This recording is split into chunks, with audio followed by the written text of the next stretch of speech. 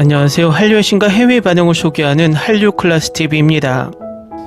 오늘은 한국 드라마는 사라졌다. 넷플릭스가 한국을 공격하고 한류의 지배권이 바뀌고 문화의 핵심이 공허해졌다란 제목의 중국 언론의 기사를 살펴보겠습니다.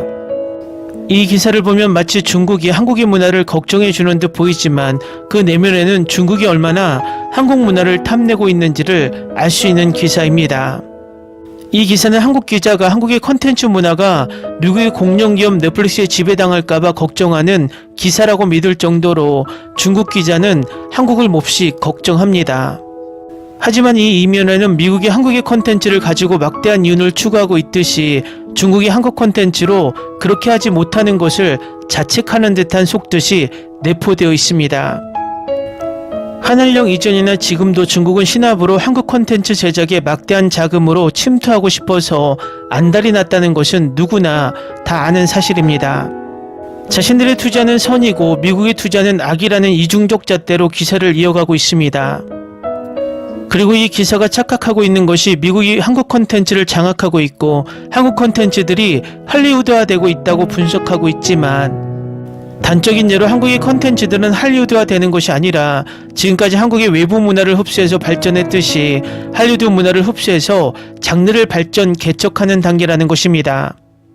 또 지금 글로벌 시대는 지상파 시대가 저물고 인터넷 시대로 바뀌면서 방송 플랫폼이 지상파에서 인터넷으로 옮겨지는 상황에서 지상파가 쇠락되는 것은 자연스러운 현상입니다. 그것을 이 중국 기자는 마치 넷플릭스 때문이라고 단정짓는 오류를 범하고 있습니다. 또 넷플릭스가 킹덤으로 한국 콘텐츠의 IP를 장악하는 계기가 되었다고 예를 들었지만 킹덤을 제작한 A스토리가 킹덤 시즌3를 제작하지 않는 이유가 IP를 확보하기 위한 저항입니다. A스토리는 결국 킹덤3 제작을 포기하고 이상한 변호사 우영우를 자체 제작해서 이 드라마의 모든 IP를 소유하고 2차, 3차 저작물로 막대한 이윤을 얻었는데 이런 스토리는 알지 못하는 것 같습니다. 하지만 이 기사의 전체적인 진단은 우리가 꼭 새겨들어야 할 내용이라 지금부터 전체 본문을 소개해드립니다. 넷플릭스의 단계적인 비즈니스 압박과 과감한 컨텐츠 개혁으로 한국 드라마는 독특한 문화 수출에서 전세계 진열대에 표준화된 상품으로 변모하고 있습니다.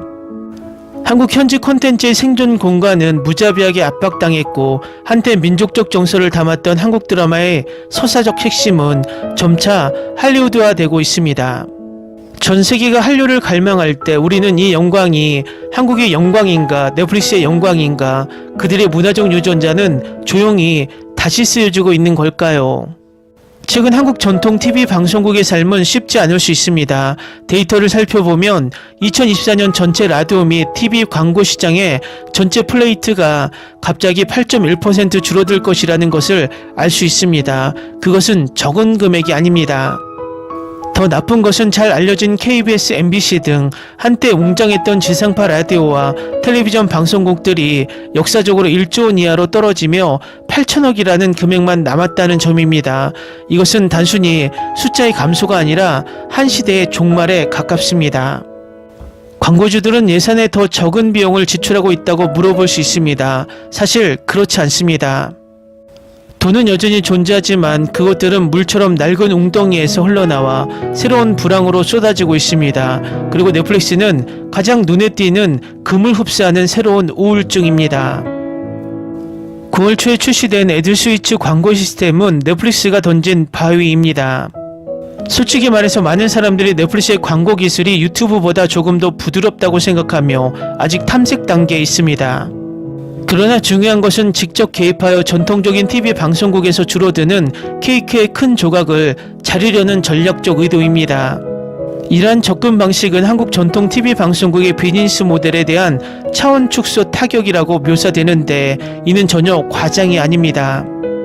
코리아 헤럴드 등 현지 언론의 반응은 더욱 직접적이었고 행간은 불안함으로 가득 차 있었고 경쟁을 걱정하는 것이 아니라 지역 콘텐츠 산업 전체의 잠재적 파멸을 걱정했습니다. 한편으로는 전통 미디어가 점차 후퇴하고 있고 다른 한편으로는 넷플릭스 코리아의 노래와 춤이 떠오르고 있습니다.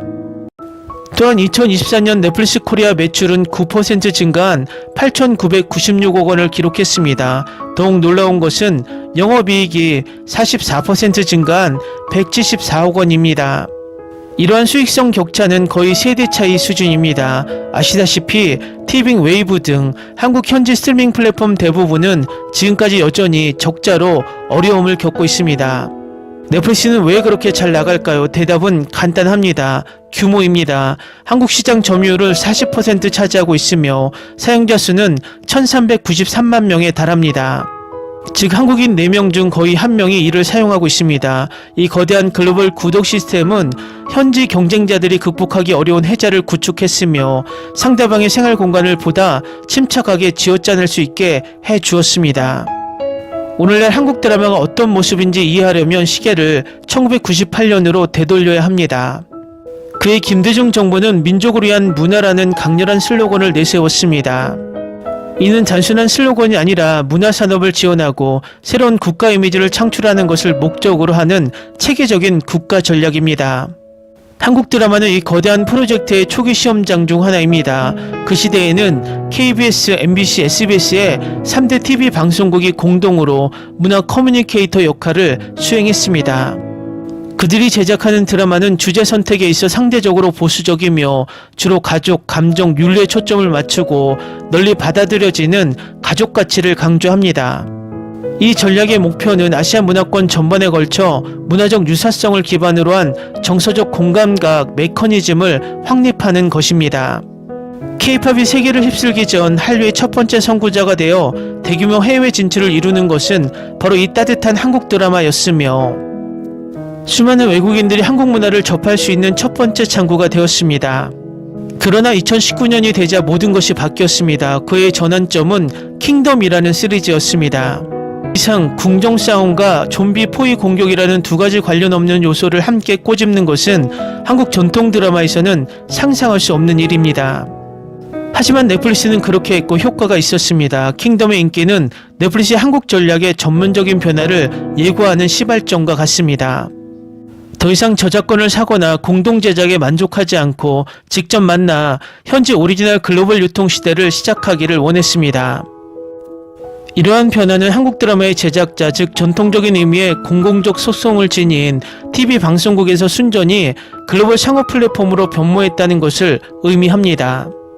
넷플릭스의 목표는 매우 단순하며 한국의 국가 이미지를 수출할 책임이었고 문화적 함의를 구축할 필요도 없으며 글로벌 사용자의 클릭을 유도할 수 있고 충분히 차별화된 콘텐츠를 원합니다. 그 결과 할리우드화 또는 미국화된 생산 공정이 한국에 도입되었습니다. 넷플릭스는 예술, 캐릭터 디자인, 내러티브 구조에 이르기까지 석유의 산업 제작팀과 컨셉을 가져왔으며 이 모든 것이 변형되었습니다. 한국 전통 드라마는 하나씩 해체되어 국제시장에서 더 쉽게 포장하고 이해할 수 있는 샷, 리듬, 갈등, 훅 등의 요소로 변모했습니다. 과거의 한국 드라마의 핵심 가족 윤리와 정교함이 소외되기 시작했고 다양한 유형의 대본 템플릿으로 대체되었습니다. 우리가 본 더 글로리는 본질적으로 학교 괴롭힘을 주제로 하고 있지만 복수 장르 영화의 구조에 놓여 있습니다. 세계적으로 유명한 오징어 게임은 한국의 심각한 사회계급 문제를 서바이벌 게임의 틀에 교묘하게 포장했습니다. 마침내 선보이는 것은 오늘날 우리에게 친숙한 넷플릭스 한국 드라마, 즉 강렬한 설정, 빠른 속도, 시각적 광경입니다. 그들은 젊은이들의 불안감, 직장 내 우울증 등 한국의 지역사회 문제를 포착한 다음 이러한 감정을 전세계 관객이 몇 초 만에 이해할 수 있고 보편적인 공감을 불러일으키는 감정으로 번역하는 데 매우 능숙합니다. 넷플릭스의 참여가 한국 드라마 산업에 가시적인 이익을 가져왔다는 것은 부인할 수 없는 사실입니다. 창작자들은 전례없는 풍부한 자금과 과거에는 상상할 수 없었던 주제와 스케일을 시도할 수 있는 더 많은 자유를 얻었습니다. 따라서 관객들은 더 잘 만들어지고 웅장한 드라마를 보게 되었습니다. 이것은 윈윈 상황인 것 같습니다. 그러나 이러한 상황 속에서 비판적인 목소리도 나오기 시작했습니다. 이 견해는 넷플릭스 한국 드라마가 여전히 한국의 껍질을 쓰고 있음에도 불구하고 한국어를 말하고 한국 배우가 주연을 맡고 한국 장면에서 촬영되면서 서사의 핵심이 점점 더 미국적으로 변하고 있다고 생각합니다. 이야기의 논리는 더 이상 한국의 현지 생활 경험과 감정 패턴을 따르지 않고 강한 갈등을 설정하고 매력적인 갈고리를 심고 표준적인 캐릭터 아크를 만드는 할리우드 드라마 방식을 엄격하게 따릅니다. 세계 어느 곳에서나 사용자가 최단 시간의 플레이에 들어갈 수 있도록 모든 것이 이루어집니다. 따라서 넷플릭스가 한국 드라마를 낚아채고 강력하고 효율적인 산업 시스템을 통해 한국 드라마를 상품화했다고 말하는 것이 더 정확할 것입니다. K-드라마를 전세계 진열대에서 유통 및 판매하기에 더 적합한 표준화된 상품으로 전환했습니다. 이것은 권력 이전이라는 더 깊은 문제로 이어집니다. 한 댓글이 정확하게 지적했듯이 한국 드라마는 여전히 한국적이지만 한류는 이미 넷플릭스에 속한 것 같다고 합니다. 이 문장은 현재의 현상을 날카롭게 요약합니다. 한때 서울의 주요 텔레비전 기관이 장악했던 창작 및 의사결정의 중심지인 한류의 중심이 조용히 움직이고 있습니다. 요즘에는 미국 캘리포니아에 있는 넷플릭스 서버에 더 많이 존재합니다. 넷플릭스는 실제 투자, 제작, 글로벌 유통의 핵심 고리를 통제함으로써 전체 산업 사슬에 대한 통제를 완료했습니다. 넷플릭스 한국 드라마의 부상은 의심할 여지 없이 세계화 시대 문화산업 진화의 훌륭한 축소판입니다. 지역문화 콘텐츠가 어떻게 글로벌 플랫폼의 날개를 통해 전례 없는 높이로 날아올라 전 세계적으로 막대한 영향력을 얻을 수 있는지 생생하게 보여줍니다.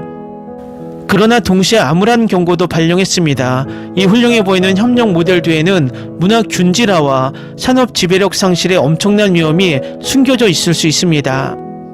작품의 주요 목표가 세계 최대의 공약수의 취향을 충족시키는 것일 때 그 작품의 독창적인 독특한 문화적 질감과 정신적 핵심을 얼마나 유지할 수 있을까요? 한국 드라마 산업의 미래는 넷플릭스가 정한 글로벌 게임룰 세트에서 문화적 독창성을 재주입하고 방어할 수 있는 효과적인 길을 어떻게 찾을 것인가라는 어려운 도전에 직면해 있습니다. 이는 한국 창작자들이 고민해야 할 질문일 뿐만 아니라 오늘날 글로벌화를 원하는 모든 로컬 콘텐츠가 직면한 시대적 공통의 문제이기도 합니다. 기사 잘 보셨나요? 세계 콘텐츠 시장은 약육강식의 시대입니다. 자본과 자체 IP가 없으면 그냥 하청업체로 전락하고 맙니다. 중국도 미국과 똑같습니다. 언제든 한국 콘텐츠를 장악하고 싶어서 거대 자본으로 유혹을 합니다. 그렇기 때문에 우리는 우리 고유의 글로벌 OTT가 빠른 시일 내에 나와야 하고 우리가 제작한 콘텐츠가 우리 OTT로 방영해야만 콘텐츠 주권을 지키게 된다는 것입니다. 어쨌든 이 중국 기사는 우리를 걱정해 주면서 자신들이 먹지 못한 한국 시장을 안타까워하는 속내가 있습니다. 그리고 글로벌 OTT가 우리 시장을 너무 장악하고 있다는 것도 사실입니다. 지피지기면 백전백승이라는 병법처럼 우리도 계속 이 사실을 신경 쓰고 우리 컨텐츠를 지켜야 한다고 생각이 듭니다. 재밌는 것은 중국은 다른 나라가 탐내며 빼앗고 싶은 문화 자체가 지금은 없다는 것입니다.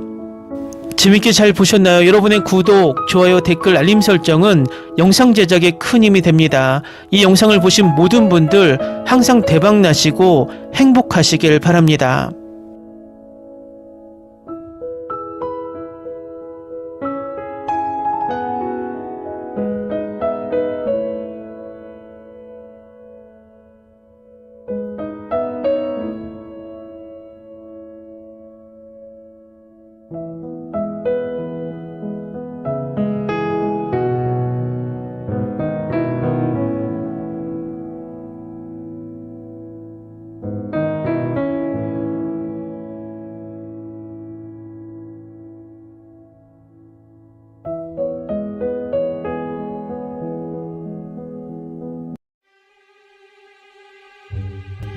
Ni se te ocurra. Olvida el ganso y los tomates. No hables de las ballenas. No es un acuario. No actúes como tonta. Que eras una genio. ¿Sí? No vayas a presumir, a la gente no le gusta eso. Y no digas cosas sin sentido.